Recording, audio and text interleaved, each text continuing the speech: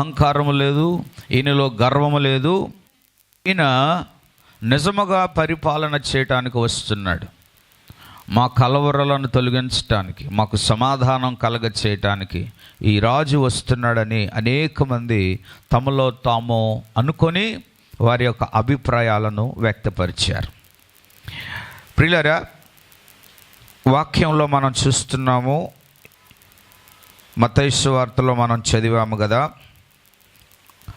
యేసు ప్రభువారు ఆయన సిద్ధపాటుకు ముందు తన శిష్యులను పంపుతాడు. మీరు వెళ్ళి కట్టబడి ఉన్న ఒక గాడిదను తీసుకొని రండి.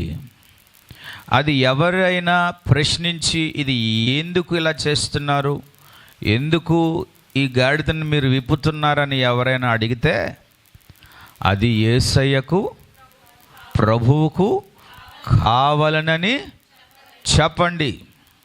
2 విషయాలు దేవుడు చెప్పాడు. మీరు వెళ్ళండి, కట్టబడి ఉన్న గాడిదను తీసుకొని రండి.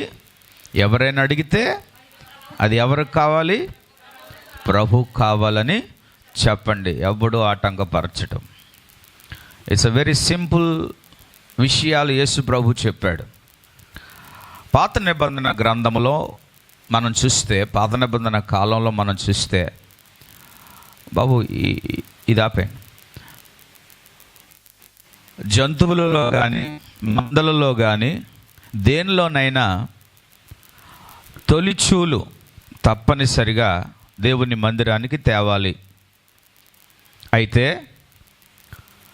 ఒకవేళ గాడిద మందలో కానీ గాడిద పిల్ల కానీ పుడితే గాడిద పిల్లను ఎలా తెస్తారు? అక్కడ రాయబడి ఉంది స్పష్టంగా, గాడిద పిల్లకు బదులుగా గొర్రె పిల్లను ఏం చేయాలి? దాని స్థానంలో గొర్రె పిల్లను తీసుకురావాలి. ఒకవేళ గొర్రె పిల్లను తీసుకొని రాలేని పరిస్థితుల్లో ఉంటే, మరి ఏదైనా యూదుల ఆచార ప్రకారం స్టేటస్ని బట్టి ఒక్కొక్కరు ఒక్కొక్క విధంగా వారి బలులు తేవాలని నియమించబడి ఉన్నాయి. పుట్టినప్పుడు కూడా బలి తేవాలి.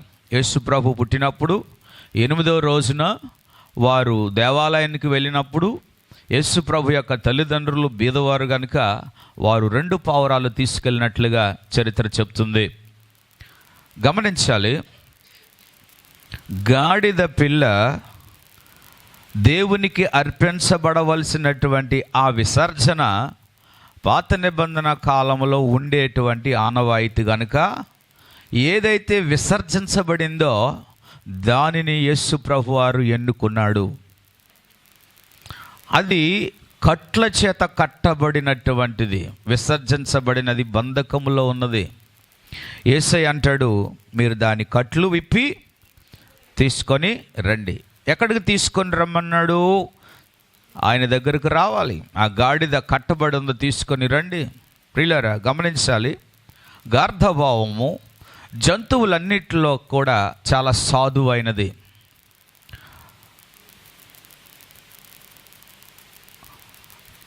మనము కొంత జంతు శాస్త్రాన్ని నేర్చుకుంటే ఈ గార్ధభావంలో 3 జాతులు ఉంటాయి. ఒకటి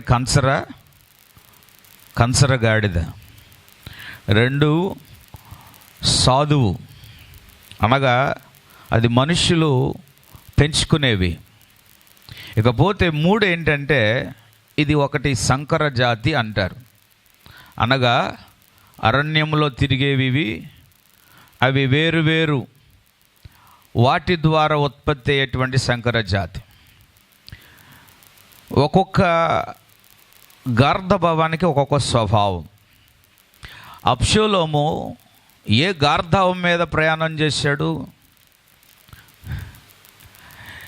అబ్షాలోము కంట్రోల్లో లేని గార్ధవం మీద ప్రయాణం చేశాడు. తద్వారా ఏమయ్యాడంటే ప్రాణాన్ని కోల్పోయాడు. బిలాము కూడా గాడిద మీద, గార్ధవం మీద ప్రయాణం చేశాడు. కానీ దేవుని యొక్క ప్రత్యక్షతను చూచి మాట్లాడినటువంటి గార్ధభావం. ఇక్కడ యేసు ప్రభు వారి దగ్గరకు తీసుకుని రాబడినటువంటి ఈ గార్ధవం ఒక ప్రత్యేకమైనది. అది ఎందుకు కట్టబడిందంటే, దీనికి బదులు గొర్రెపిల్ల విధించాలి గనక దీనిని ఏం చేయాలి అంటే, ఇది విసర్జించబడింది, దీన్ని ఏ హాని చేయకూడదు. కానీ ఇదేంటంటే అంధకారంలో, చీకట్లో ఉంటుంది. యేసయ్య అంధకారంలో, చీకట్లో బంధించబడిన వారినే వెతకడానికి లోకానికి వచ్చాడు.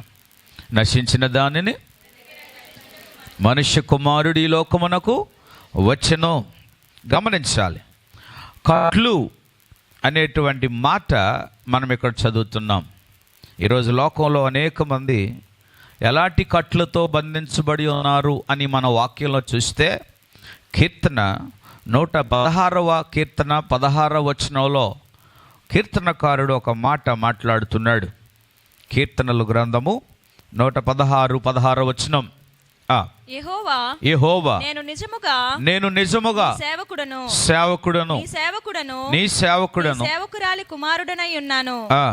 నీవు నా కట్లు విప్పి ఉన్నావు. నేను నీకు కృతజ్ఞతార్పణలు అర్పించెదను. చూసారా, దేవా, నేను నీ సేవకుడను, నీ సేవకుని కుమారుడును. నీవు నా కట్లు, ఏ కట్లు?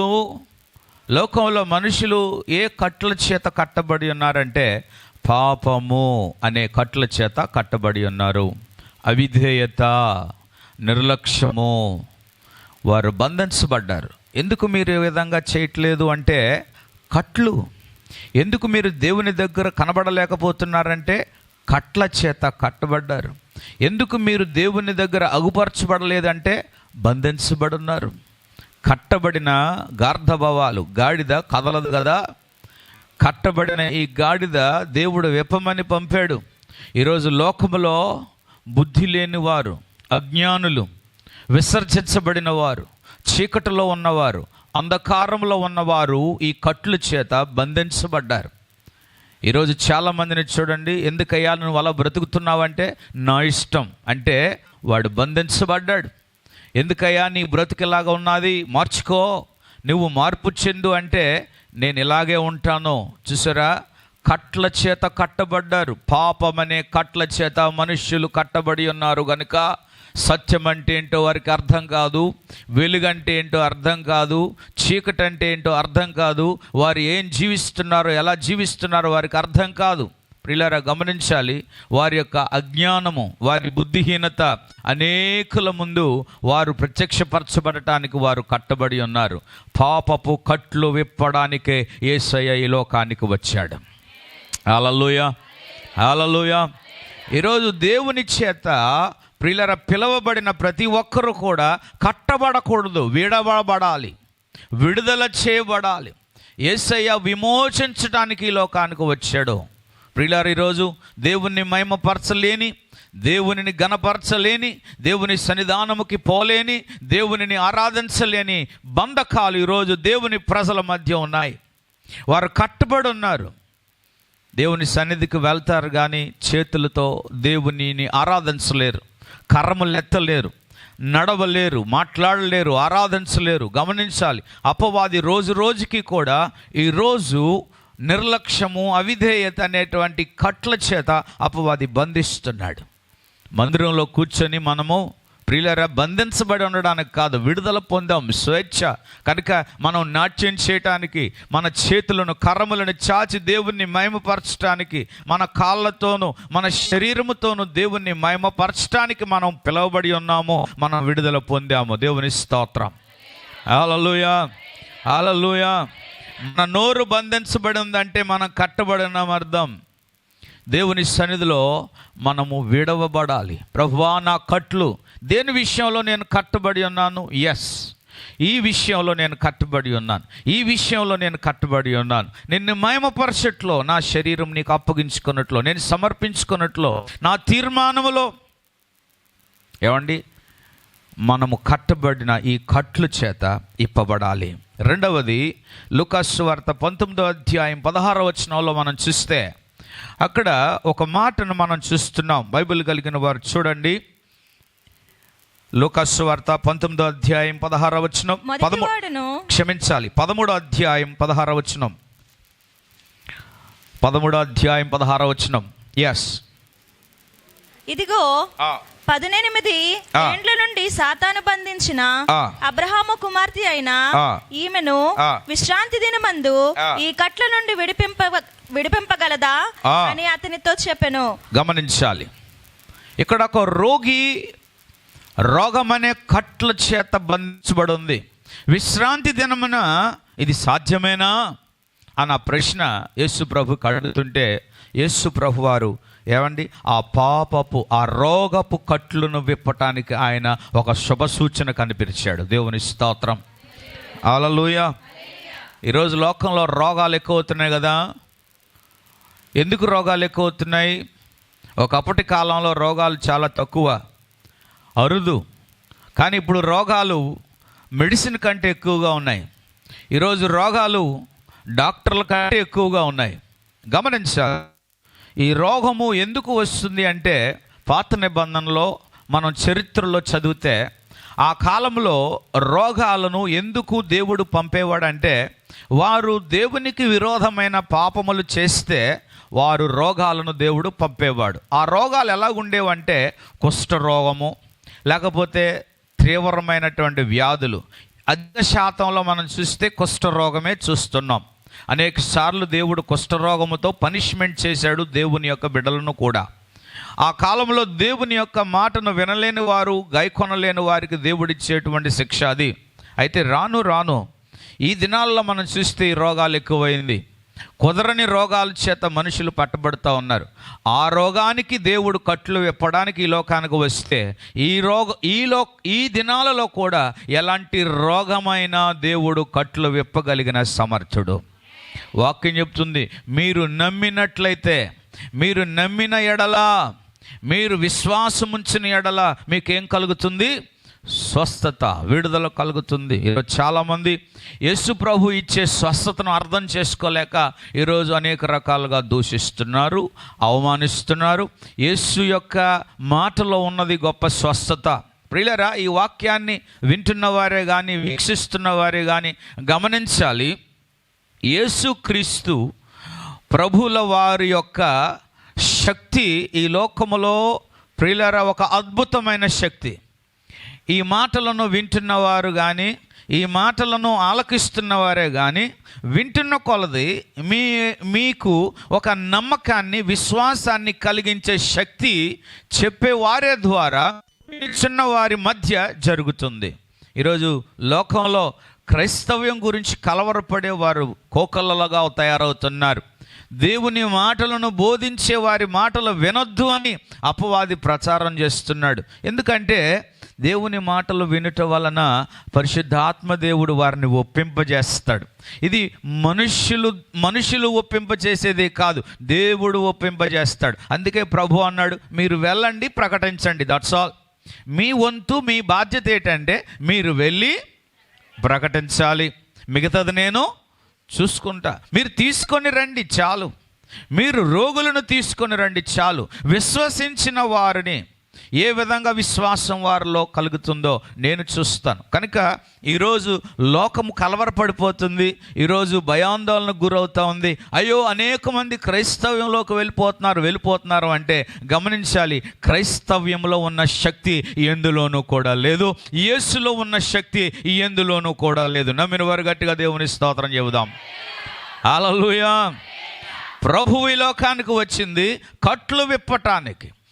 కట్టబడిన వారు, మూఢనమ్మకాల చేత కట్టబడిన వారు రోగముల చేత పట్టబడుతున్నారు.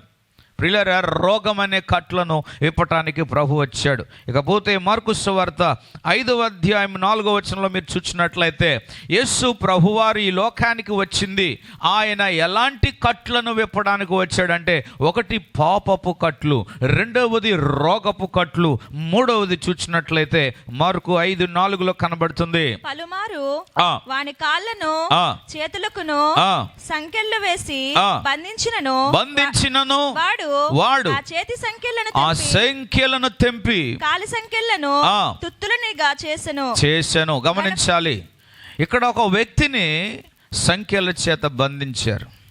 వాళ్ళలో భయంకరమైన దెయ్యం ఉంది. ఈరోజు చాలామందిలో దెయ్యాలు ఎలాగే ప్రవేశిస్తూ ఉన్నాయి. ఈ దెయ్యాలు మనుష్యునిలాగా జీవింప చేయవు.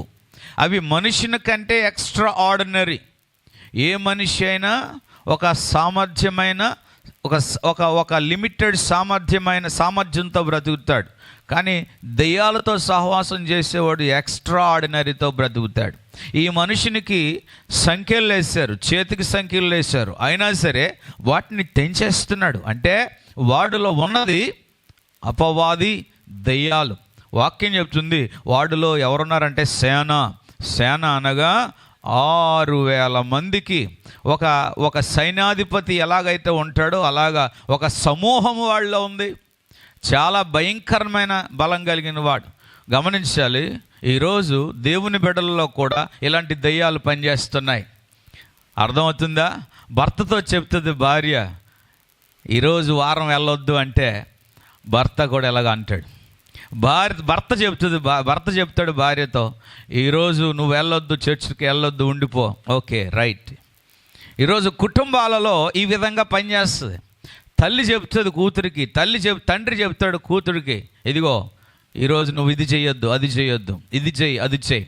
గమనించాలి, దయ్యాల యొక్క పనులు ఎలాగుంటాయంటే దేవుని పని చేయనీయకుండా, దేవుని పనిని ఆటంకపరచుటకు, దేవునిని మహిమపరచకుండునట్లు, దేవుని యొక్క నామాన్ని గణపరచకుండునట్లు ఏదైతే అడ్డుపరుస్తుందో అది తల్లి ద్వారా కానీ, తండ్రి ద్వారా కానీ, భర్త ద్వారా కానీ, కుమార్తె ద్వారా కానీ అడ్డుపరిచింది ఏదైనా ఆ దయ్యపు పని.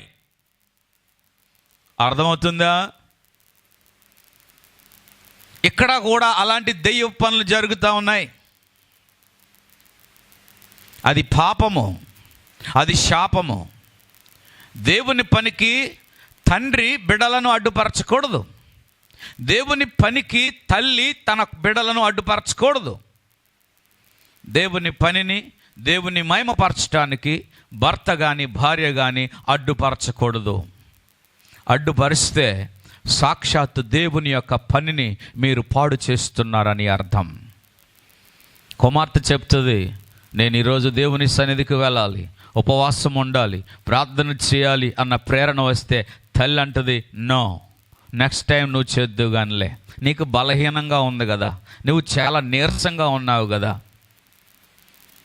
ఇలాంటి దయ్యపు కట్ల చేత కట్టబడిన వారు క్రైస్తవులు ఎక్కువ.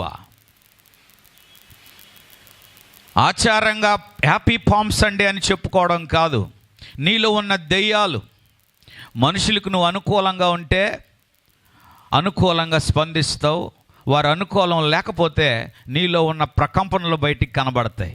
ఈ ప్రకంపనలు యేసు ప్రభు నేర్పినవా, దెయ్యాలు నేర్పినవా? ఎవరు నేర్పిన ఈ ప్రకంపనలు? ముఖములోను, మూతిలోను, నవ్వులోను మారిపోతూ ఉంటాయి ప్రకంపనలు. ఎవరివి? యేసు ప్రభు వారు ఎప్పుడైనా అలాగా మార్చారా? వాక్యం చెప్తుంది, ఆయన నిన్న, నేడు, నిరంతరము. Is almighty God, is unchanging God, is always same God in this unchanging world. మనమే మారిపోతున్నాం. పాస్టర్ గారు తిట్టారు కనుక పద మనం బయటికి వెళ్ళిపోదాం. నీకు అవకాశం రాలేదు, పద వెళ్ళిపోదాం బయటికి. నిన్ను గణపరచలేదు, నీ పేరు ప్రస్తావించలేదు, నువ్వు ఎంత ఇచ్చావు, నీ గురించి చెప్పలేదు, పద వెళ్ళిపోదాం. హలో, ఈ మాటలు వీక్షిస్తున్న వారులారా గమనించండి. నువ్వు దెయ్యం పని చేస్తున్నావా, దేవుని పని చేస్తున్నావా? నేను దేవుని పని చేస్తున్నానని చెప్పి నీవు దేవుని పనికి నీకు తెలియకుండానే ఆటంకాన్ని అపవాది నీలో ప్రేరేపిస్తున్నాడు అంటే నువ్వు ఏ కట్ల చేత కట్టబడున్నావు? చుట్టాలలో కానీ, ఇరుగు పొరుగు వారిలో కానీ, సమాజంలో కానీ, స్నేహితుల మధ్య కానీ, ఆత్మీయులకు మధ్య కానీ ప్రార్థన చేయడానికి అవకాశం నీకు వచ్చినప్పుడు ఆ అవకాశాన్ని ఉపయోగించుకో. పక్కవాది మీద దొర్లించొద్దు. దేవుడు నీకు ఇచ్చాడు అవకాశం. ప్రే. సాక్ష్యం చెప్పడానికి అవకాశం వస్తే చెప్పు. ఏదైనా అవకాశం, దేవుని పని చేయడానికి అవకాశం వస్తే చేయి. అది దేవుడు నీ ద్వారా మహిమపరచబడతాడు. నువ్వు చచ్చిపోతే మరలా నువ్వు దేవుణ్ణి మహిమపరచలేవు కదా.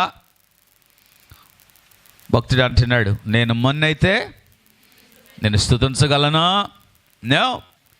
ఈరోజు చాలామంది ఈ గార్ధభం వల్ల కట్టబడి ఉన్నారు, హైడింగ్ ప్లేస్లో. ఈరోజు మందిరానికి రాక, సహవాసానికి రాక, కూడికలకు రాక, ఉదయకాల ప్రార్థనలో ఏకీభవించలేక, దేవుడు ఇచ్చిన అవకాశం. గృహంలో 4 5 అందరూ తల చేయేస్తే ఇంట్లో పని జరుగుతుంది. ఒకరే పని చేసుకుంటూ అందరూ కూడా కాళ్ళ మీద కాలేసుకొని సోమరులాగా ఉంటే ఆ గృహానికి వేదన కాదా? బాధ కాదా?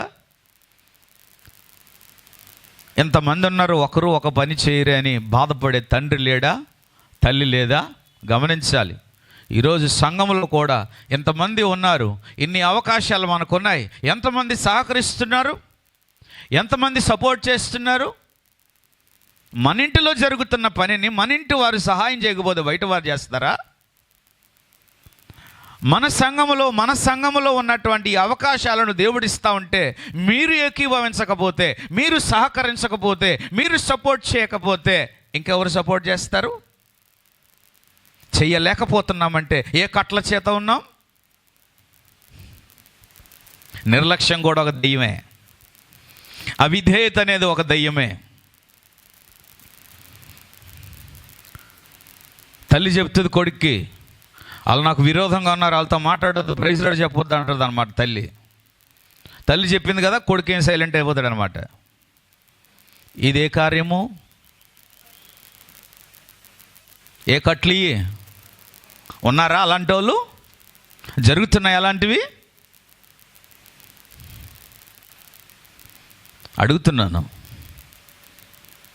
దేవుని పని విషయమైన ఆటంకం కలిగిస్తే, దేవునిని మహిమపరచట విషయంలో నీ కుమార్తెకు కానీ నీ కుమారుని కానీ నువ్వు ఆటంకపరిస్తే నీలో దయ్యపు కట్లు ఉన్నాయి, అవి విడుదల పొందాలి, అవి విప్పబడాలి. నువ్వు దేనికైనా అడ్డుపెట్టు. సినిమాలు చూడడానికి అడ్డు పెట్టవే, పాడు స్నేహితులతో వెళ్ళడానికి అడ్డు పెట్టవే, రోడ్ల మీద తిరగడానికి నువ్వు అడ్డు పెట్టవే, 24 గంటలు ఫోన్ పట్టుకున్న నీ పిల్లల్ని నువ్వు అడ్డు పెట్టవే.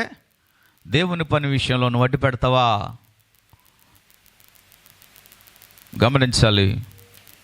ఈ దెయ్యపు కట్లు, వీడు సంఖ్యలు విడిపోయాయి. వాళ్ళ దెయ్యం ఉంది. ఎంతమంది సాధన చేసినా వాడు కంట్రోల్ కాలే.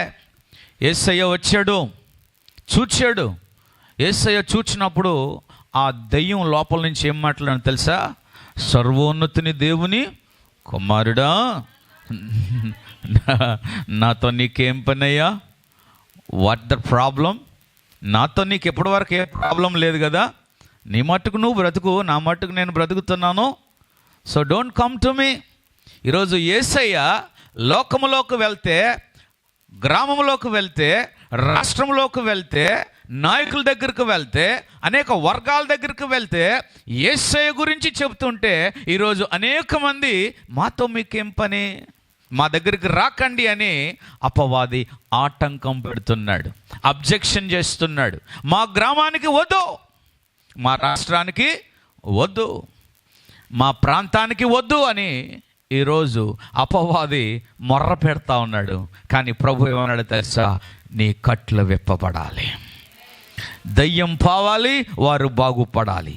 కనుక యేసయ్య ఎందుకు ఈ లోకానికి వచ్చాడు అంటే పాపపు కట్లను విప్పుటకును, రెండవది రోగపు కట్లను విప్పుటకును, మూడవది దయ్యపు కట్లను విప్పుటకు ఈ లోకానికి వచ్చాడు. దేవుని స్తోత్రం కలుగును గాక. ఇకపోతే మార్కు సువార్త 11వ అధ్యాయం 2వ వచనం మీరు చూసినట్లయితే అక్కడ ఒక మాటను మనం చూస్తూ ఉన్నాం. గమనించాలి, చూడండి.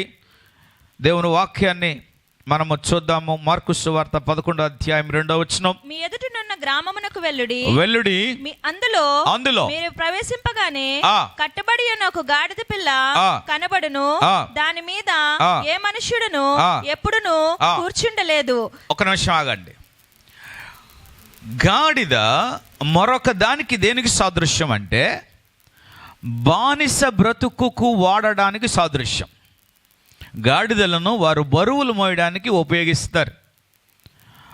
ఆ గాడిద బ్రతుకు అంటారు కదా, బానిస బ్రతుకు. స్వేచ్ఛ లేదు, ఫ్రీడమ్ లేదు.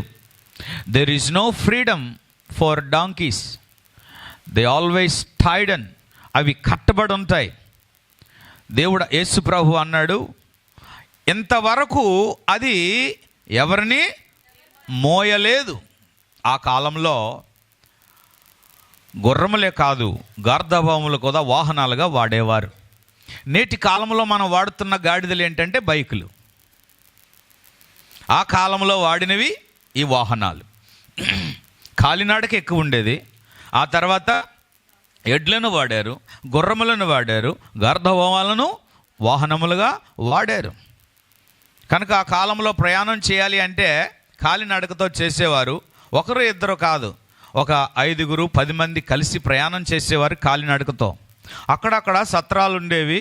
చీకటైతే ఆ సత్రాలలో వారు తలదాచుకొని ఏదో వాళ్ళు వండుకొనో తినో మరలా తిరిగి ఉదయకాలం ప్రయాణాన్ని కొనసాగించేవారు. ఈ బాటసారులు అంటారు. ఈ యొక్క ప్రయాణంలో కొంతమంది ఏమండి బందిపోటు దొంగలు కూడా ఎదురుపడేవారు ఆ కాలంలో. నేటి కాలంలో మనకంతా టెక్నాలజీ వచ్చింది. బస్సులు, ట్రైన్లు, విమానాలు, అలాగే వాహనాలు, మోటార్ బైకులు అన్నీ అందుబాటులో వచ్చాయి. కనుక చాలా త్వరగా మనం గమ్యస్థానాలకు చేరుకుంటున్నాం. ప్రియులారా గమనించాలి, ఆ కాలంలో బానిస బ్రతుకు. ఒక వ్యక్తి కొనబడ్డాడు అంటే ఆ వ్యక్తికి స్వేచ్ఛ లేదు, ఆ వ్యక్తి ఇంట్లోనే ఉండాలి. నయమానికి ఒక పాపను లేక ఒక బాలికను బానిసగా తెచ్చుకున్నారు. ఆ పాప ఇంట్లోనే పనిచేయాలి, బయటకు వెళ్ళడానికి స్వేచ్ఛ లేదు. ఈరోజు గాడిద కట్టబడి ఉందంటే బానిస బ్రతుకు. ఎలాంటి బానిస బ్రతుకు ఇది? ఈరోజు చాలామంది దేనికి బానిస అవుతున్నారంటే ఆల్కహాల్, మద్యపానానికి బానిస అయ్యేవారు లేకపోలేదు. ఈరోజు అనేకమైన వ్యసనాలకు బానిస అయిపోతున్నారు. యేసయ్యను నమ్ముకుంటే మీరు విడుదల పొందుతారు. ఎందుకంటే ఏ మతంలో కూడా మంచి మార్గాలు బోధించేవారు ఉన్నారు అంటే ప్రియులారా, ప్రతి ఒక్కరూ కూడా వ్యసనాన్ని ప్రేరేపించేవే ఉన్నాయి తప్ప అవి మానండి అని ఖండించేవారు ఎవరు లేరు. కేవలం ఒక క్రైస్తవ్యం మాత్రమే. బుద్ధి మారడం, మతం మారడం అంటున్నారు కానీ మతం కాదు ఇది. బుద్ధి మారడం, మనసు మార్చుకోవడం, జీవితం మార్చుకోవడం, పరివర్తన రావడం, సత్ప్రవర్తనలోనికి రావడం. కనుక బానిస బ్రతుకు ఈరోజు ప్రజలు బ్రతుకుతున్నారు. దేనికి బానిసలయ్యారు? ఇశ్రాయేలీలు దేనికి బానిస అయ్యారు? ఆనాటి కాలంలో పరిపాలిస్తున్న రాజులకు బానిసలయ్యారు. వారికి నిద్రాహారాలు లేకుండా వారు పని చేస్తూనే వచ్చారు. బానిస బ్రతుకు. ఈరోజు చూడండి, చాలామంది బానిస అవుతున్నారు, ధనానికి బానిస అవుతున్నారు, లోక భోగేచ్ఛలకు బానిస అవుతున్నారు, ఈరోజు శరీర కార్యాలకు బానిసలు అవుతున్నారు. ఈ శరీరాన్ని వ్యసనాలకు అంట కట్టబడి ఈరోజు వ్యసనాలకు బానిస అవుతూ ఉన్నారు.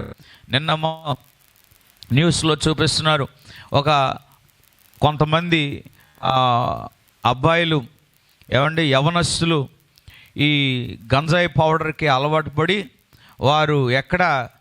వారు ఆస్వాదించడానికి స్థలం లేకపోతే చాలా దూర ప్రాంతాలకు వెళ్ళి నిర్మాణ ప్రదేశాలకు వెళ్ళి వీరు ఆ యొక్క డ్రగ్స్ను ఆస్వాదిస్తున్నట్లుగా పోలీసు వాళ్ళు డ్రోన్స్ ద్వారా వాళ్ళు కనిపెట్టారు. ఎయిర్పోర్ట్ పరిసర ప్రాంతాల్లో కూడా గోడల చాటును దాక్కొని ఈ యొక్క గంజాయిను వారు ఆస్వాదిస్తూ ఉంటే వారు వెలుగులోకి వచ్చారు. చూడండి, ఈరోజు వయసుతో తారతమ్యం లేకుండా ఈరోజు లోకంలో అనేక మంది దేనికి బానిస అవుతున్నారు, దేనికి బానిసలు అయిపోయారు. ఇది లేకపోతే నేను ఉండలేనండి, ఇది నేను తాగపోతే నేను ఉండలేనండి. ప్రియులారా గమనించాలి, ఈరోజు బానిసలైన వారు మన ముందు కనబడుతున్నారు. ఇక వారు మారలేరండి, వారికి మార్పు రాదు అండి, వారు మారలేరండి అని అనుకున్న వారు అనేక మంది ఉన్నారు. ఆ అవిశ్వాసపు యొక్క ఆలోచన, ఆ అవిశ్వాసపు మాటల ద్వారా వారు ఇంకనో బానిసలుగానే పట్టబడుతున్నారు. గమనించాలి, ప్రభు అన్నాడు, మీరు వెళ్ళి ఆ గాడిదను విప్పి నా దగ్గరకు తీసుకుని రండి. ఈరోజు మనము దేవునికి శిష్యులుగా ఇన్ని సంవత్సరాలు బట్టి వస్తున్నాం, కానీ మన చుట్టూ ఎన్నో గాడిదలు కట్టబడి ఉన్నాయి. మన ఇంట్లోనే గాడిదలు కట్టబడి ఉన్నాయి. గాడిదలు అనగా పని పాటలు లేకుండా కాదు, ఈరోజు దేవునికి విరోధంగాను కట్లు చేత కట్టబడి బానిస బ్రతుకులో జీవిస్తున్నటువంటి అనేక మంది మనుష్యులు, స్నేహితులు, ఆత్మీయులు, ఇరుగు పొరుగు వారు ఈరోజు మన చుట్టే ఉన్నారు. వారి కట్లు విప్పటానికే దేవుడు మనకే బాధ్యత అనుగ్రహిస్తున్నాడు. హల్లెలూయా. వాళ్ళు రారండి అని అంటే అర్థం ఏంటో తెలుసా? నీకు ఎప్పడానికి చేత కాదని అర్థం. వాళ్ళు రారండి, వారు మారరండి అంటే అర్థం ఏంటో చెప్పమంటారా? ఆ కట్లు విప్పటానికి నీకేమి లేదు, ఆసక్తి లేదు. యేసయ్య అన్నాడు, మీరు వెళ్ళండి, ఆ కట్లు విప్పండి. ఎవరైనా అడిగితే అది యేసయ్యకు కావాలని చెప్పండి. దేవుడు ఆజ్ఞాపించాడు. ప్రియులారా, ఈరోజు మనము యేసుకు శిష్యులుగా పిలువబడ్డాం, యేసయ్యను వెంబడించువారుగా పిలువబడ్డాం, యేసయ్యకు మనం ప్రియమైనటువంటి పనివారంగా పిలువబడ్డాం కనుక యేసయ్య కూడా మనకు కూడా ఆజ్ఞాపిస్తున్నాడు, మీరు వెళ్ళండి, కట్లను విప్పండి. మనమేమంటామంటే అల్రా రండి, అవ్వదండి, జరగదండి, ఇలాగండి, అలాగండి అంటా ఉన్నాం. ప్రియులారా, యేసయ్య మనస్సును మనం ఫాలో అవుతే, యేసయ్య ఆలోచన ప్రకారంగా మనం వెళ్ళగలిగితే దేవుడు మన ద్వారా దేవుడు కార్యం చేస్తాడు. హల్లెలూయా, హల్లెలూయా. ఎంత బానిస కట్లైనా నా ప్రభు విప్పడానికి ఆయన సంసిద్ధంగా ఉన్నాడు. ఆయన విప్పగలిగిన సమర్థుడు. ఆయన విప్పడానికి, ఆయన దగ్గరికి రావాలంటే మనకు అవకాశం ఇచ్చాడు. మనం ఏం చేయాలంటే మంచి మాటతోనూ ప్రేమతోనూ మనం ఏం చేయాలి, తెలివితోనూ ఏం చేయాలి, అవి విప్పటానికి మనం వెళ్ళాలి. దేవుని స్తోత్రం కలుగునుగాక. హల్లెలూయా. ఒక వ్యక్తిని మనము దేవుని దగ్గరికి నడిపించాలంటే, ఒక కుటుంబాన్ని దేవుని దగ్గరకు నడిపించాలి అంటే మనం ప్రయాసపడాలి, మనము లోబడాలి, మనం వినయము కలిగి ఉండాలి. మనం వెళ్ళకుండా, ప్రయత్నం చేయకుండా, ప్రయాసపడకుండా, దేవుని పనికి లోబడకుండా మనము వెళ్ళలేము, అది జరగదు అని నువ్వే అపవాదికి అవకాశం ఇస్తే నీ మూలంగా దేవుని పని అది ఆగిపోవడమే కానీ జరగడం అనేది లేదు.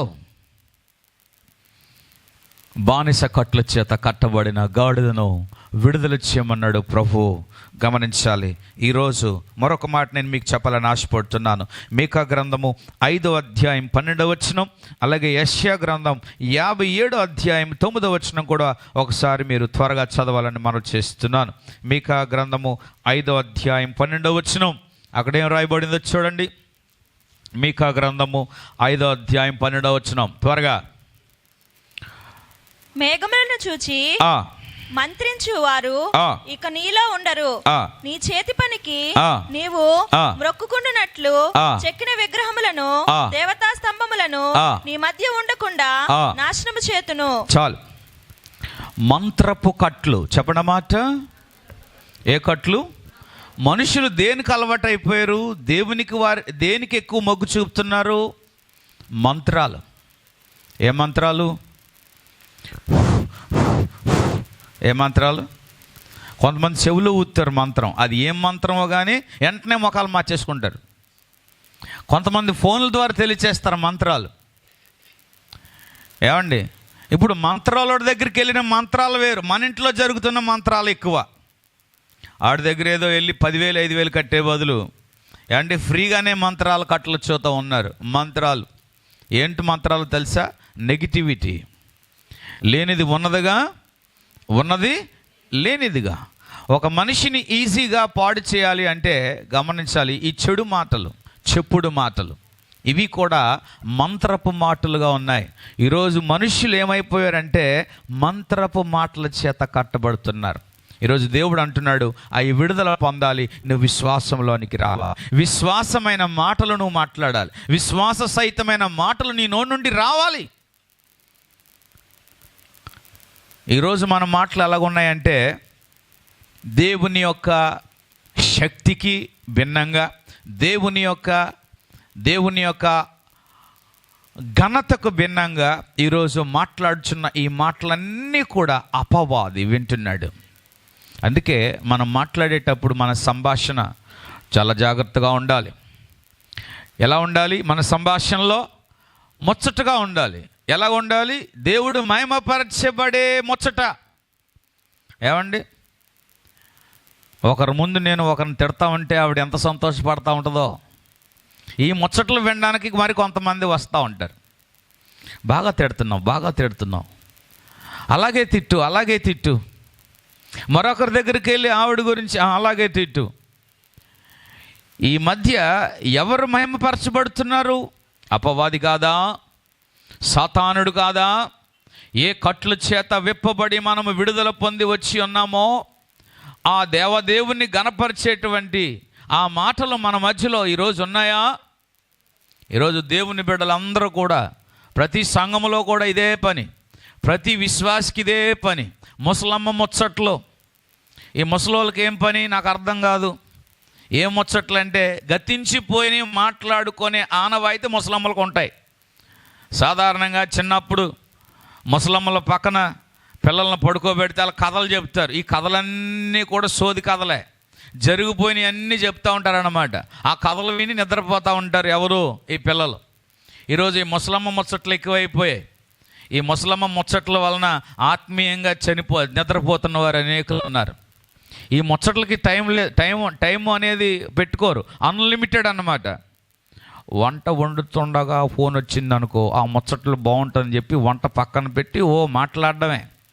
ఎంత హాయిగా ఉంటుందో, ఎంత కమ్మగా ఉంటుందో, ఎంత బాగుంటుందో. ఇంకా వదలమన్నా వదలరు కొంతమంది. లింకులు అన్నమాట. ఫోన్ ఎందుకు దేవుడిచ్చాడంటే చిన్న ఇన్ఫర్మేషన్ విషయాన్ని తెలియజేసి ఆపేయి. కానీ ఆ ఫోన్లో కూడా నువ్వు ముచ్చట్లు పెట్టావంటే నీ నోటి నుండి వచ్చే ముచ్చటలను అపవాది క్యాచ్ చేయాలని, ఆ క్యాచ్ చేసినటువంటి ఆ మాటను వాడేం చేస్తాడంటే ఎక్కడికో చేరదీసి నిన్ను నిందించటానికి, అవమానించటానికి, నిన్ను దేవుని యొక్క నామాన్ని నీ ద్వారా గణపరచనీయకుండా వాడుకోవడానికి నీ నోటి నుండే అపవాది నిన్ను ప్రేరేపిస్తున్నాడు. అందుకే వాక్యం చెప్తుంది, జ్ఞానవంతులుగా, బుద్ధిమంతులుగా ఈరోజు దేవుని సన్నిధిలో మెలగాలి. మంత్రపు కట్లు, ఇది మామూలు మంత్రం కట్లు కాదు. భార్య చెప్తుంది భర్తతో, ఎదురింటి వాళ్ళకి చూడొద్దు, ఆ పక్కింటి వాళ్ళకి చూడొద్దు, వాళ్ళకి మనకి పడదంటే భర్త చూడడం. చూడాలని అనుకున్నా చూడలేడు. ఇగో ఎదురు వస్తున్నాడు పాస్టర్ గారే, చూడొద్దు, నువ్వు చూడలేనట్టే వెళ్ళిపోతాం అన్నమాట. ఇదే మంత్రం? వేసే మంత్రం కంటే, 10,000 ఇచ్చే మంత్రం కంటే ఈ మంత్రం చాలా స్ట్రాంగ్. అర్థమైందా? ఈ మంత్రాల చేత కట్టబడే దేవుని సన్నిధికి రాకుండా ఉన్నారు కొంతమంది. ఈ కట్లు దేవుడు విప్పను గాక. హల్లెలూయా, హల్లెలూయా, హల్లెలూయా. ఏ మంత్రం ఇది? మాటతో వేసే మంత్రం. ఆ పక్కన కాదమ్మా, ఈ పక్కన కూర్చోండి అంటే అది కూడా ఒక మంత్రపు కట్టుగా మారిపోయింది కదా. అల్ప విశ్వాసులు. పొట్టు, ఇది గాలికి ఎగిరిపోయే పొట్టిది, గింజలు కాదు. అందుకే నేను ఒకటే మనవి చేస్తున్నాను, సంఖ్య వద్దు మన సంఘానికి, విలువైన వారు, గింజలు కావాలి. హల్లెలూయా. నమ్మకమైన వారు కావాలి. చెప్పండి ఆమేనని. నమ్మకమైన వారు కావాలి, ఆరాధికులు కావాలి, దేవుణ్ణి వెంబడించేవారు కావాలి, విశ్వాసులు కావాలి, దేవుని కొరకు నిలబడే వాళ్ళు కావాలి. పొట్టులు మనకు వద్దు, సారవంతమైన గింజలు కావాలి, విప్పబడిన వారు కావాలా. కట్టబడిన వారు అలాగే ఉండియండి కాదు. విప్పబడకపోతే, వారు కట్లు చేత కట్టబడి ఉన్నారు, వారు విప్పబడకపోతే, విప్పడానికి ఎవరు వెళ్ళకపోతే ఏదైనా రావచ్చు, ఏ విపత్తు అయినా రావచ్చు. కట్టబడి ఉన్న పశువులు, ఎన్నో పశువులు అగ్ని చేత ఆహుతి అయిపోలేదా? అందుకే పశువులను రాత్రులు ఎందుకు కట్టరు? అవికి ఏదైనా ప్రమాదం కలిగితే అవి తప్పించుకోవటానికి. కట్టబడి ఉంటే ప్రమాదంలో చిక్కుపోతారు. ఈరోజు చాలామంది కట్టబడి ఉండడం వలన ప్రమాదంలో పడ్డారు, గమనించాలి. ఇకపోతే ప్రియులారా, యోహాను 14:44 మనం చూస్తే అక్కడ మరొక కట్లు గురించి ప్రస్తావించబడుతుంది. దయచేసి చూడండి, ఏం రాయబడి ఉంది? యోహాను సువార్త 11:44. త్వరగా. చనిపోయిన వాడు కాళ్ళు చేతులు ప్రేత వస్త్రములతో కట్టబడిన వాడే వెలుపలికి వచ్చును. చాలమ్మా. చనిపోయిన వాళ్ళకి శరీరం అంతా ఏం చేస్తారంటే కట్లు కడతారు. 2 బొటన వేలు దగ్గర పెట్టి కడతారు, 2 చేతులు జోడించి కడతారు.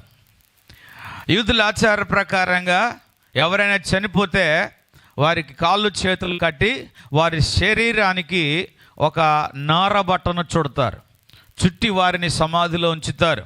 యేసయ్య అన్నాడు, లాజరు బయటకు వచ్చినప్పుడు యేసయ్య అన్నాడు, ఆయన కట్లు విప్పండి, మరణకరమైన కట్లు. ఈరోజు చాలామంది ఈ మరణకరమైనటువంటి కట్ల చేత కట్టబడినట్లుగా మనం చూస్తున్నాం ప్రియులారా. భయము అది మరణకరమైన కట్లు. పేరుకు బ్రతుకుతున్నారు కానీ భయంతో బ్రతుకుతున్నారు, బ్రతుకుతున్నారా కానీ ఆందోళనతో బ్రతుకుతున్నారు, బ్రతుకుతున్నారా కానీ లోకంలో ఏం తినాలో, ఏం బ్రతకాలో, ఎలా ఉండాలో ఈరోజు మనుషులందరితో పోల్చుకొని నేను ఇలా బ్రతకాలి, అలా బ్రతకాలి అనేటువంటి కట్లతో బ్రతుకుతున్నారు. ఈరోజు చాలామంది గమనించాలి, 100కి 90% మేమేమైపోతామో, మేము చచ్చిపోతామేమో అనేటువంటి భయంతోనే బ్రతుకుతున్నారు. ఎందుకో తెలుసా? లోకములో ఈ భయము ఎందుకు అపవాది పుట్టిస్తుందో చెప్పమంటారా? పాపము పెరుగుట వలన. అందువలన ఆ భయం నుండి తొలగిపోవడానికి నరుడు నానా రకాలుగా ప్రయత్నం చేస్తున్నాడు. మరణపు కట్లు, యేసయ్య మనందరి మరణపు కట్లు ఆయన తీసేశాడు. మనకి ఒకటే మరణము, రెండో మరణము లేదో. యేసును నమ్మిన వారికి ఒకటే మరణము. మరణపు కట్లను దేవుడు విప్పాడు. ప్రియులరా, విప్పబడాలి.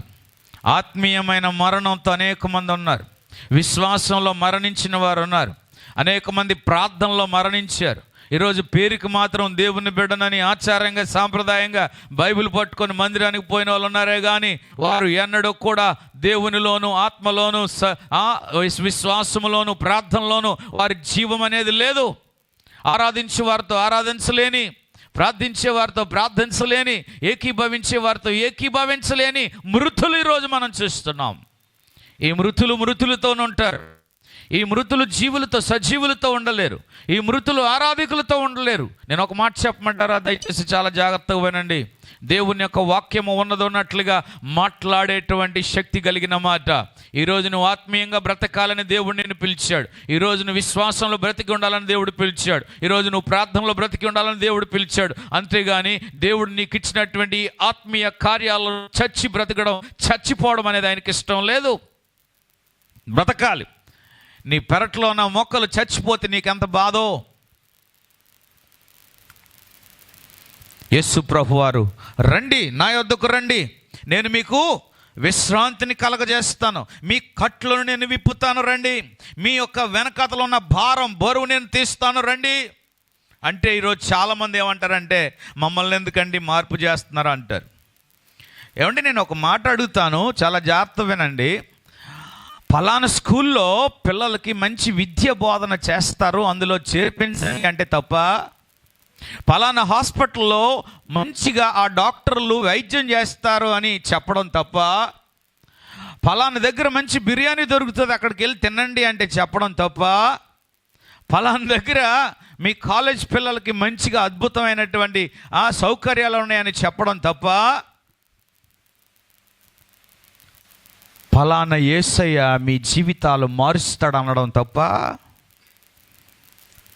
మనుషులు ఎంత అజ్ఞానులో చూడండి, మనుషులు ఎంత బుద్ధిహీనులుగా బ్రతుకుతున్నారో చూడండి. వాస్తవాలు అది తప్పుగా చిత్రీకరిస్తున్నారు. వాస్తవాలు, సత్యాలు బోధిస్తూ ఉంటే అది వద్దు అని ఈరోజు దానికి బదులుగా మాట్లాడుతున్నారు. ప్రియులారా, వారు కట్లలో ఉన్నారు కనుక వారు విడుదల పొందలేని వారు. కళ్ళకు కట్లు కట్టిన వాడికి కనబడదు బయటికి, కాళ్ళు కట్టిన వాడికి వాడు బయటికి వెళ్ళలేడు, చేతులు కట్టిన వాడికి వాడు ఏమీ కూడా చేయలేడు. ఈరోజు మనుష్యుడు లోకంలో దేవుడిచ్చిన అవయవాలు కట్టబడి ఉన్నాయి, బుద్ధి కూడా అజ్ఞానములో కట్టబడి ఉంది, చీకట్లో కట్టబడి ఉంది. యేసయ్య అంటున్నాడు, ఇదిగో నేను మీకు లోకములో వెలుగై ఉన్నాను, మీరు వెలుగై ఉండాలి. ఈరోజు ఎంతోమంది ఈ పాపపు కట్ల చేత, రోగపు కట్ల చేత, దయ్యపు కట్ల చేత, బానిస కట్ల చేత, మంత్రపు కట్ల చేత, మరణపు కట్ల చేత కట్టబడి ఉన్నారు కనుక వారిని మనము ఆ కట్లు విప్పి యేసయ్య దగ్గరకు తీసుకొని రావాలి. అదే దేవుడు మనకిచ్చినటువంటి బాధ్యత. నమ్మిన వారు చెప్పలు కూడా దేవుని నామమున మహిమపరచుదాం. హల్లెలూయా. కట్టడానికి వెళ్ళి మనము కట్టబడిపోతే అది ఎవరికి కావాలని అడిగితే అది నా పేరు చెప్పండి. ఈరోజు మనం ఎవరి పేరు చెప్పడానికి పిలువబడ్డాం? ఎవరి పేరును మనం ప్రస్తావించడానికి మనం పిలువబడ్డాం? ప్రియులరా, దేవుడు మనకిచ్చాడు ఆ బాధ్యత. విప్పండి కట్లు, మీ గృహంలో ఉన్న వారికి విప్పండి కట్లు. ప్రార్థనతో విప్పండి, విశ్వాసంతో విప్పండి, ప్రవచించి విప్పండి, మంచి మాటలు పలికి విప్పండి. వారు ఎలాంటి బానిసలో ఉన్నా, ఎలాంటి రోగంలో ఉన్నా, ఎలాంటి ఉపద్రవంలో ఉన్నా, ఎలాంటి మరణ పడకలో ఉన్నా, దేవుడు నీకు ఇచ్చాడు ఆ పనిని, అవకాశాన్ని. విప్పో. శక్తి లేదండి, నేను విప్పలేనండి అంటే నువ్వు దేవుని దృష్టిలో దేనికి? మోషేతో అన్నాడు, ఆ బండతో మాట్లాడయ్యా అన్నాడు. అయ్యా నేను మాట్లాడాలి? అవును, నేను నీతో, నువ్వు నాతో మాట్లాడే అనుభవం మన మధ్యలో ఉంది కనుక నువ్వు మాట్లాడు. మోషే మాట్లాడాడు బండతో. ఈరోజు మనం చాలా విషయాలు మాట్లాడుతున్నాం, అనేకమైన వాటితో, కానీ శక్తి లేదు, బలం లేదు, సామర్థ్యం లేదు, కార్యాలు జరగట్లేదు. గల కారణం ఏంటో చెప్పమంటారా? దేవునితో మనం మాట్లాడుకునే అనుభవము లేక. ఈరోజు సాతానుతో మాట్లాడుతున్నాం, నెగిటివ్ పీపుల్తో మాట్లాడుతున్నాం, మనస్సును వంచి వారితో మాట్లాడుతున్నాం, దూషకులతో మాట్లాడుతున్నాం, అసూయపరులతో మాట్లాడుతున్నాం, వెన్నుపోటు పొడిచే వారితో మాట్లాడుతున్నాం, దేవుణ్ణి ఎరగని వారితో మాట్లాడుతున్నాం, ఈరోజు విశ్వాసం లేని వారితో మాట్లాడుతున్నాం. కనుక మనము మాట్లాడలేని బలము, మనము మాట్లాడడానికి బలము సరిపోవట్లేదు. అదే సాక్షాత్తు నువ్వు దేవుని దగ్గర, శక్తివంతమైన దేవుని దగ్గర, ఆశ్చర్యకరుడైన దేవుని దగ్గర నీవు మాట్లాడగలిగితే నా దేవుడు నిన్ను ఏ చాటైనా నిలబెట్టి నీతో మాట్లాడిస్తాడు. అది దెయ్యమే కానీ, అది బండే కానీ. దేవుడు అన్నాడు, ఎండిన ఎముకల దగ్గరికి పో, మాట్లాడమన్నాడు. ఎండిన ఎముకలతో మాట్లాడా లేదా? ఏం జరిగింది? ఓ ఎండిన ఎముకలారా. ఎవరు మాట్లాడాలమ్మా? ఎవరు మాట్లాడాలి? దేవుడు మాట్లాడడానికి మనకు అవకాశం ఇచ్చాడు కదా. కట్లను చేత కట్టబడిన వారితో మనం మాట్లాడాలి. మా ఆవిడ రాదండి, జరగదండి, మారదండి, ఆవిడ అవిశ్వాసరాలండి, భక్తిహీనరాలండి, ప్రార్థన జీవితం లేదండి, లోకాశలు ఉన్నాయండి, ఇదే ఉన్నాయండి అని ఈరోజు మనం చెప్పడానికి బదులు మాట్లాడాలి. ఈరోజు ఎవరి భక్తినో ఎవరి విశ్వాసాన్నో మనము తూకం వేయడం కంటే, ప్రభువా నేను నీ దృష్టిలో ఎలాగున్నాను, నా లెవెల్ ఏంటి, నా తూకం ఎలాగుందో ప్రభువా, నన్ను నేను పరీక్షించుకోవడానికి నా కృప దయచేయి. ఈరోజు చాలామంది దేవుని బిడ్డలు ఒకరి తూకాలు ఎంత ఉన్నాయో లెక్క కట్టడానికి బిజీ అయిపోయారు, కానీ వారి యొక్క లెక్కలు, వారి యొక్క తూకాలు ఎంతవరకు ఉన్నాయన్నది ఈరోజు పరీక్షించుకోవడానికి దూరంగా ఉన్నారు. ఇకపోతే ప్రియులారా, ఎంతవరకు మనము ఎక్కడున్నాము? గాడిద విప్పడానికి వెళ్ళాము. ఇప్పుడు ఎవరి దగ్గర తీసుకురావాలి? చెప్పాలి. ఎవరి దగ్గర తీసుకురావాలి? ఈరోజు నేను ఒకటే చెప్తున్నా, ఎవరిని మీరు తీసుకొని రావాలి అని అనుకొని వారు దీని వలన, ఈ కారణం వల్ల రారు అని మీలో ప్రేరణ కలుగుతుందో దానిని విప్పడానికి దేవుడు శక్తిని కలగజేయనుగాక. ఆమేన్. దేవుని పని మనం చేస్తే దేవుడు మన పని కాదు, ఆ పనిలో ఆయన సహాయం చేస్తాడు. పాస్టర్ గారు చెప్పారు, ఎంతమందిని తీసుకురామంటే అలా తీసుకురావాలి, అలా తీసుకురావాలి. రారండి. ఎవరు చెప్పారు రారని? నువ్వు పని చేయడమే, నువ్వు లోబడ్డమే చాలు, నువ్వు పిలిస్తే చాలు. ఒకసారి, రెండోసారి, మూడోసారి, నాలుగోసారి ప్రార్థన చేయి. ప్రభువా ఇదిగో కట్లు విప్పడం కూడా ఒక ప్రయాసమే ప్రభువా, నీ పని. మనకే టైం లేదు, ఇంకా దేవుని పని చేయడానికి అలాగ టైం ఉంటుంది. ఉదయం నుండి రాత్రి దాకా పని మందే, మన పనే. బిజీ. పనికొచ్చే పని ఏమైనా చేస్తున్నామంటే మహా అయితే 100%లో 10% పనికొచ్చే పని చేస్తున్నామేమో, దట్స్ ఆల్. మిగతాదంతా కూడా కాళ్ళు పడిపోయాక దేవుని పని నువ్వు చేయలేవుగా. చేతులు పడిపోతే నువ్వు దేవుని పని చేయగలవా? నోరు పడిపోతే దేవుని పని నువ్వు చేయగలవా? ఒక ఆవిడ అలాగే చప్పట్లు కొట్టామా అంటే ఎప్పుడు కొట్టేది కాదు. నాకేమి అని ఇలా కూర్చునే చర్చిలో ఒకరోజు ఆవిడకి పారాలిసిస్ స్ట్రోక్ వచ్చింది, పక్షవాతం వచ్చింది. ఆ తర్వాత అయ్యా బాబు అయ్యా బాబు అయ్యా బాబు అంటే సంఘం అంతా వెళ్ళి ప్రార్థన చేస్తే మొత్తం మీద నడిచి వచ్చింది కానీ చెయ్యి లేగట్లే. అప్పుడు అందరూ చప్పట్లు కొట్టి పడుతుంటే అప్పుడు లేపుతుంది చెయ్య, లెగుతుందా? అందుకే వాక్యం చెప్తుంది, నీకన్నీ బాగున్నప్పుడే దేవుని కొరకు వాడు. ఆమేన్, హల్లెలూయా, హల్లెలూయా. నువ్వు ఆరోగ్యం ఉన్నప్పుడే. ఎక్కడ విప్పబడిన గాడిద ఎక్కడికి వచ్చిందో చెప్పండి? యేసయ్య దగ్గరకు వచ్చింది. దేవుని స్తోత్రం చెబుదాం. హల్లెలూయా, హల్లెలూయా. గాడిదకి జ్ఞానం ఉంటుందా? అడుగుతున్నాను, చెప్పండి. గాడిదకి జ్ఞానం ఉంటుందా? ఉండదు కదా. పోనీ ఏ అలవాట్లైనా ఉంటాయా గాడిదకి? మంచి అలవాట్లు ఏమైనా ఉంటాయా? ఏ చెడ్డైన అలవాట్లు ఉంటాయా? ఏమీ లేదు. మనిషి దగ్గర తీసుకెళ్ళాక ఆ మనిషి ఎక్కడ తీసుకెళ్తే అక్కడికి వెళ్తుంది. ఓకే, ఎక్కడ ఉండమంటే అక్కడ ఉంటుంది. ఆ గాడిద ముందు సాక్షాత్తు ఒక భయంకరమైన స్నేక్ వచ్చినా, లేకపోతే ఏదైనా ప్రమాదం వాటిల్లినా దానికి ఏముండదు, అటు కదలదు ఇటు కదలు. మా చిన్నప్పుడు ఒకసారి తొంటరోళ్ళు ఏం చేశారంటే, గాడిదలు ఎక్కువ ఉన్నాయి చెప్పి ఆ గాడిదలకి తాటికమ్మలు కట్టి నిప్పంటిచ్చా.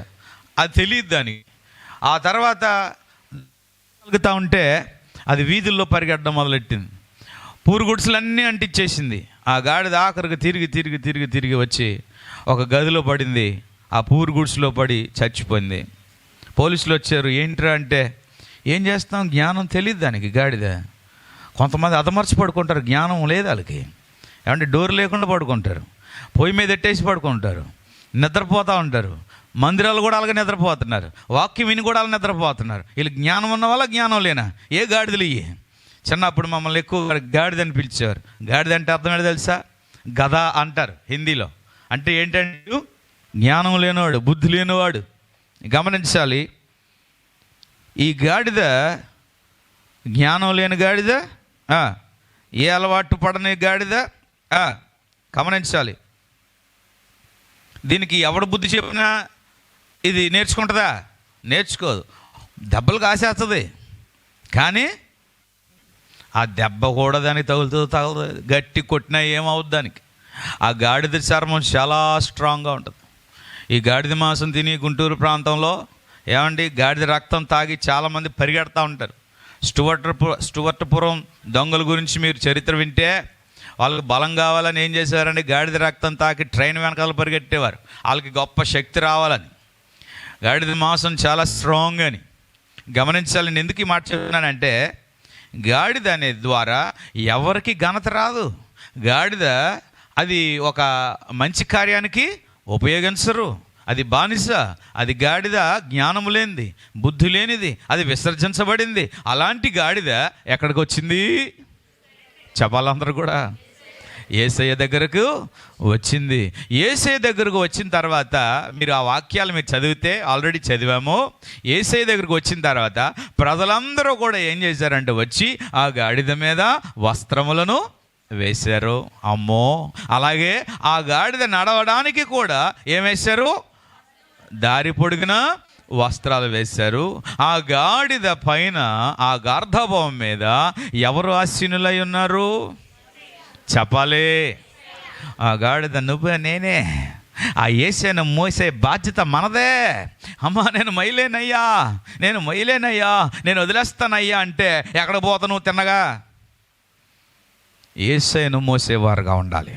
యేసు కొరకు నిందలు మోసేవారు అందరూ, యేసు కొరకు అవమానాలు మోసేవారు అందరూ, యేసు కొరకు బాధలు అనుభవించేవారు అందరూ, యేసు కొరకు అవమానాలు భరించేవారు అందరూ కూడా యేసును మోసేవారే.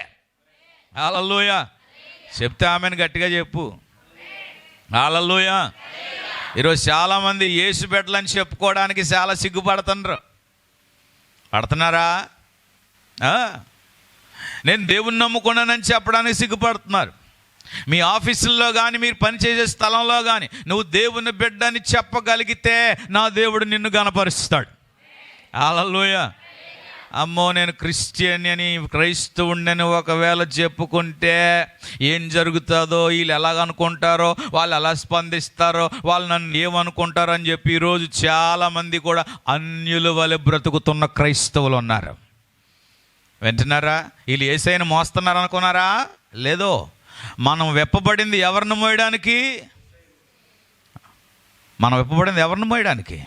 యేసయ్యను మోయడానికి. దేవుని స్తోత్రం కలుగును గాక. నువ్వు మందిరంలో అలాగ ఉన్నావు, నువ్వు బయటికి వెళ్ళి కూడా అలాగే కనబడాలి. ఓకే?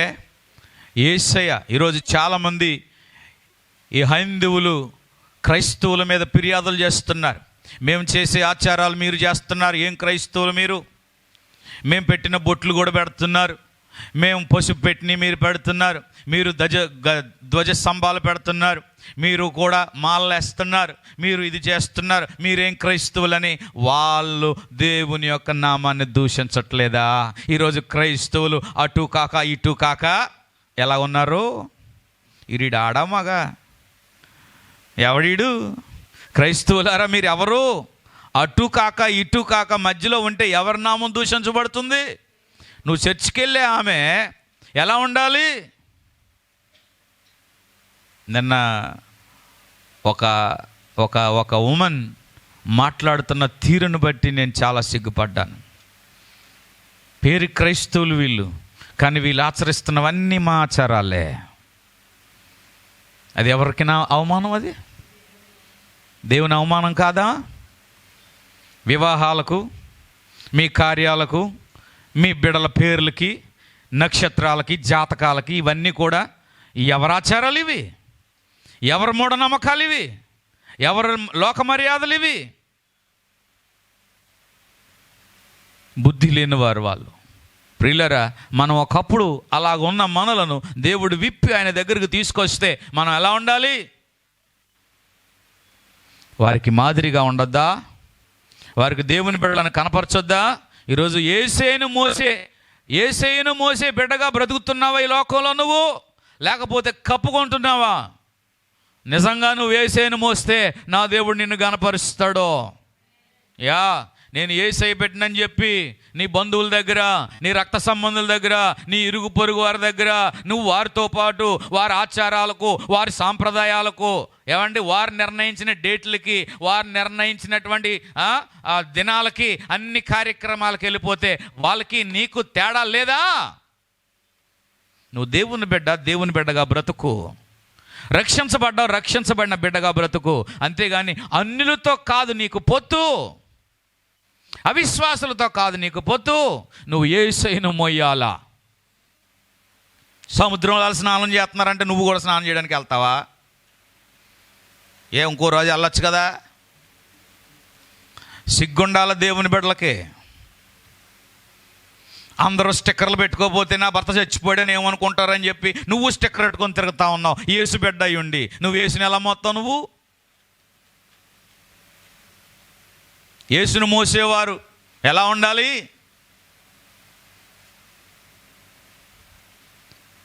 జ్ఞానం లేని ఈ గాడిద, బుద్ధి లేని ఈ గాడిద, బానిస బ్రతుకులో ఉన్న ఈ గాడిద, ఏ అలవాటు లేని ఈ గాడిద యేసయ్యను మోయగానే యేసయ్యతో పాటు ఈ గాడిదకి ఏమొచ్చేసింది? గొప్ప ఘనత వచ్చేసింది. దేవుని స్తోత్రం. హల్లెలూయా. యేసుతోనుంటేనే లోకంలో నువ్వు కనపడతావు. యేసులో లేకపోతే విలువ ఉండదు. అర్థమైందా? నువ్వు యేసు బిడ్డవంటే అందరూ ఇలా చూస్తారు నిన్ను. ఓ నువ్వు యేసు బిడ్డవా? యాస్. ప్రత్యేకత. దేవుని స్తోత్రం చెప్దామా? హల్లెలూయా చెప్దామా? హల్లెలూయా, హల్లెలూయా, హల్లెలూయా. దేవుని బిడ్డలు దేవుని బిడ్డలు ఎలాంటి బిడ్డలు? యేసును మోసే బిడ్డలా? నువ్వు యేసును మోస్తే ఆరాధిస్తావు. ఆమేన్. యేసును మోస్తే దేవుని సన్నిధికి వెళ్తావు. నేను యేసు బిడ్డను నేను మోస్తాను. అంత సిలువ వేసుకోవడం కాదు.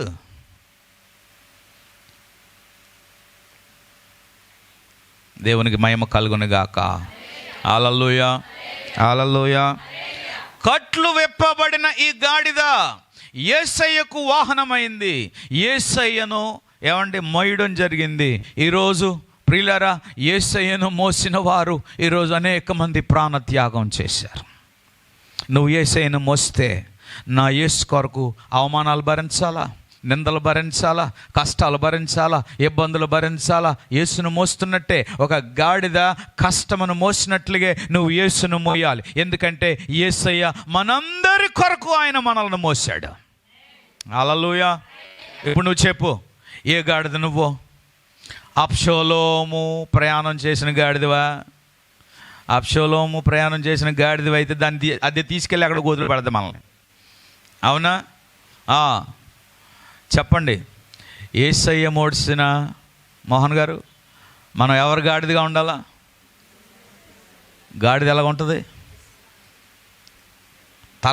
తల కింద పెడుతుందా, పై పెడుతుందా? గుర్రమే ఇలా వస్తుంది. ఏమండి, కొంతమంది గుర్రం లాంటి విశ్వాసాలు ఉన్నారు. నేను ఎంత ఇచ్చాను కదా, నేను అది చేశాను కదా, నా పని ఇది కదా, నా బాధ్యత అది కదా, నేను ప్రెసిడెంట్ని కదా, నేను సెక్రటరీని కదా. ఎలా ఉండాలి? ఆమేన్. హల్లెలూయా, హల్లెలూయా.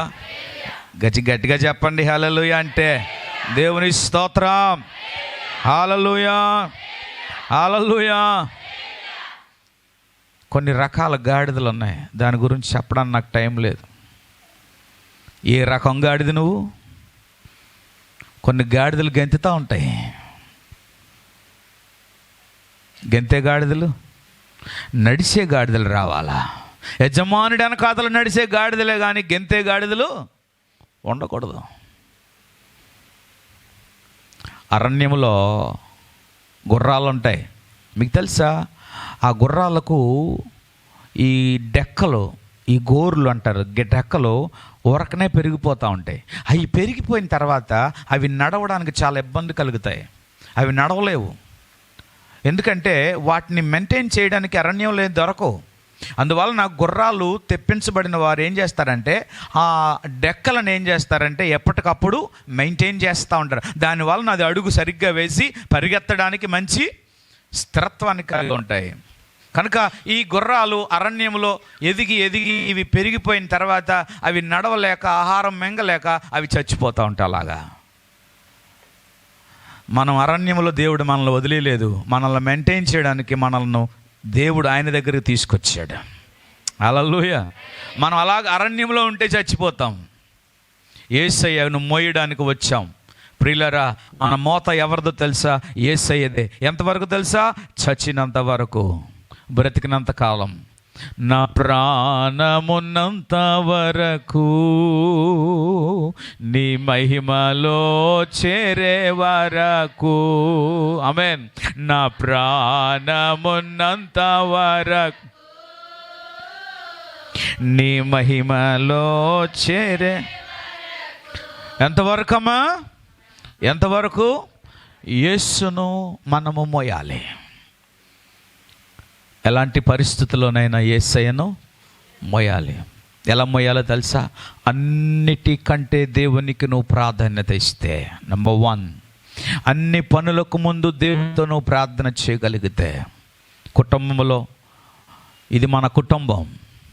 కుటుంబంలో ఎంతమంది ఉన్నారు? ఎంతమంది ఏకీభవిస్తున్నారు? ఎంతమంది సపోర్ట్ చేస్తున్నారు? ఎంతమంది సహకరిస్తున్నారు? ఎంతమంది కట్లు విప్పటానికి వస్తున్నారు? ఎంతమంది ఈ పని చేయటానికి తీర్మానం కలిగి ఉన్నారు? నాకేంలే, నేను ఒక మాట చెప్పనా? నీ రక్షణ దేవుని ద్వారా మహిమపరచబడాలన్నా, రక్షణ నువ్వు కాపాడుకోవాలన్నా, నువ్వు బ్రతికినంత కాలం దేవుని పని చేయాలి. నీ పనితో పాటు దేవుని పని చేయాలి. నువ్వు దేవుని పని చేయకపోతే, ప్రియులారా, ఆ అరణ్యములో విడవబడిన గుర్రముల వలె, విడవబడిన గాడిదల వలె వారి యొక్క డెక్కలు పెరిగి, గోర్లు పెరిగి, నడవలేక, మేతలేక చచ్చిపోయే పరిస్థితి. నీ వంతు, నా వంతు ఏ పని చేయాలి? ఇప్పుడు మీరు చెప్పండి. గాడిద ఎక్కడికి వచ్చింది? యేసు దగ్గరకు వచ్చింది. ఈ యేసును మోస్తున్న ఈ గాడిదకు యేసుతో సమానముగా ఒక ఘనత పొందింది. హల్లెలూయా. వస్త్రముల చేత కప్పబడింది, రక్షణ వస్త్రములను. యేసుతో ఉంటేనే మనకు ఘనత అండి, యేసుతో ఉంటేనే మనకు గొప్ప మహిమ. అందుకే యేసుతో నడవాలి, యేసుతోనే జీవించాలి. ప్రభువా నా బ్రతికిన కాలమంతా యేసే, నా ప్రాణమున్నంత వరకు, నీ మహిమలో నేను చేరినంత వరకు అయ్యా నేను నిన్నే మోస్తానయ్యా. దైవ సేవకులు ఏమండి, అనేక మంది సత్యాన్ని బోధించి వారి ప్రాణాలను త్యాగం చేస్తున్నారు. సత్యాన్ని ప్రకటించేవారు తప్పనిసరిగా దేవుడు వారిని కనపరుస్తాడు. ఈ లోకం శాశ్వతం కాదు, ఈ లోకంలో బ్రతుకు అనేది శాశ్వతం కాదు. ఏదో ఒక దినాన ప్రతి ఒక్కరు కూడా మరణించవలసిందే.